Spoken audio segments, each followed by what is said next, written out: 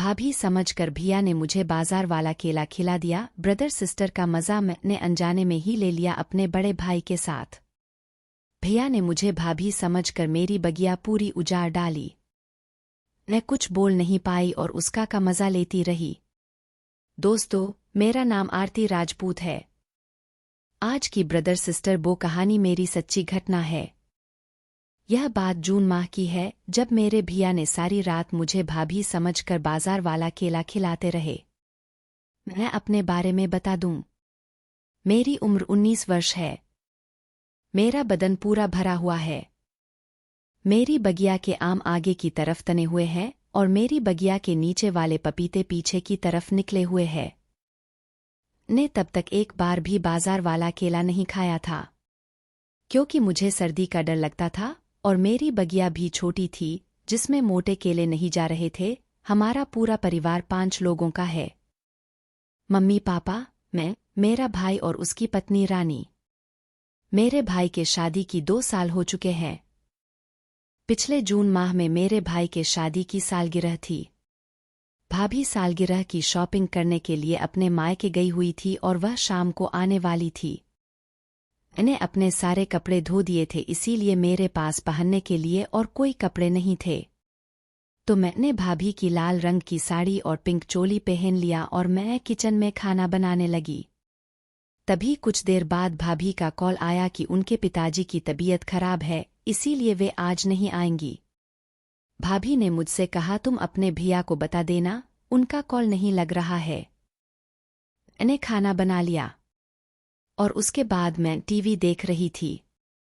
मुझे पता ही नहीं चला मेरी टीवी देखते देखते कब नींद आ गई और मैं भैया के रूम में ही सो गई। मेरे भैया आए और बोले, क्या बात है रानी, आज तो तुम पहले से ही मूड बनाकर सोई हो।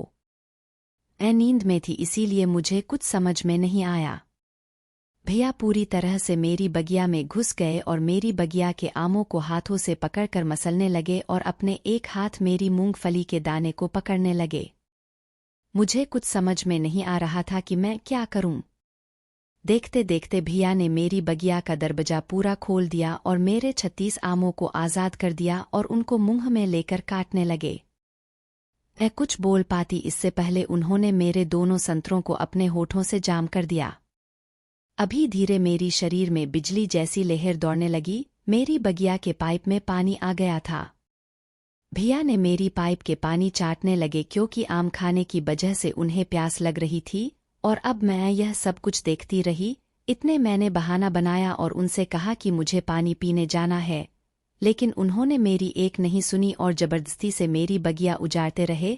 जब सब कुछ खा पी कर वो थक गए तब मैं बाहर से निकल गई। मेरी बगिया पूरी तरह उजड़ गई थी और वह आराम से बिस्तर पर सो गए। सुबह होते ही भाभी घर पर आ गई, इससे उनका यह पता नहीं चला कि रात को किसकी बगिया उजड़ी थी। मैंने भाभी के आते ही मैंने उनको रात वाला सब सा सुना दिया कि कैसे भैया ने मेरी बगिया को लात भर उजाड़ दिया और उसे बगिया में लगी सारे फलों को खो गए। भाभी को यह बात सुनकर बहुत बड़ा झटका लगा, क्योंकि भैया ने मुझे भाभी समझकर मेरी बगिया पूरी तरह से उजाड़ दी थी। भैया जब तक उठे भाभी उनके सामने खड़ी थी, इससे उन्हें यह मालूम नहीं चला कि रात को किसकी बगिया उजड़ी थी, जिससे मेरी नज़र में भैया बिल्कुल सही सलामत थे। भैया ने जब मेरी बगिया उजड़ी तो मुझे मज़ा भी बहुत आ रहा था और दर्द भी बहुत हो रहा था, क्योंकि अभी तक मैं किसी को भी अपनी बगिया की फल तोड़ने नहीं दिए थे।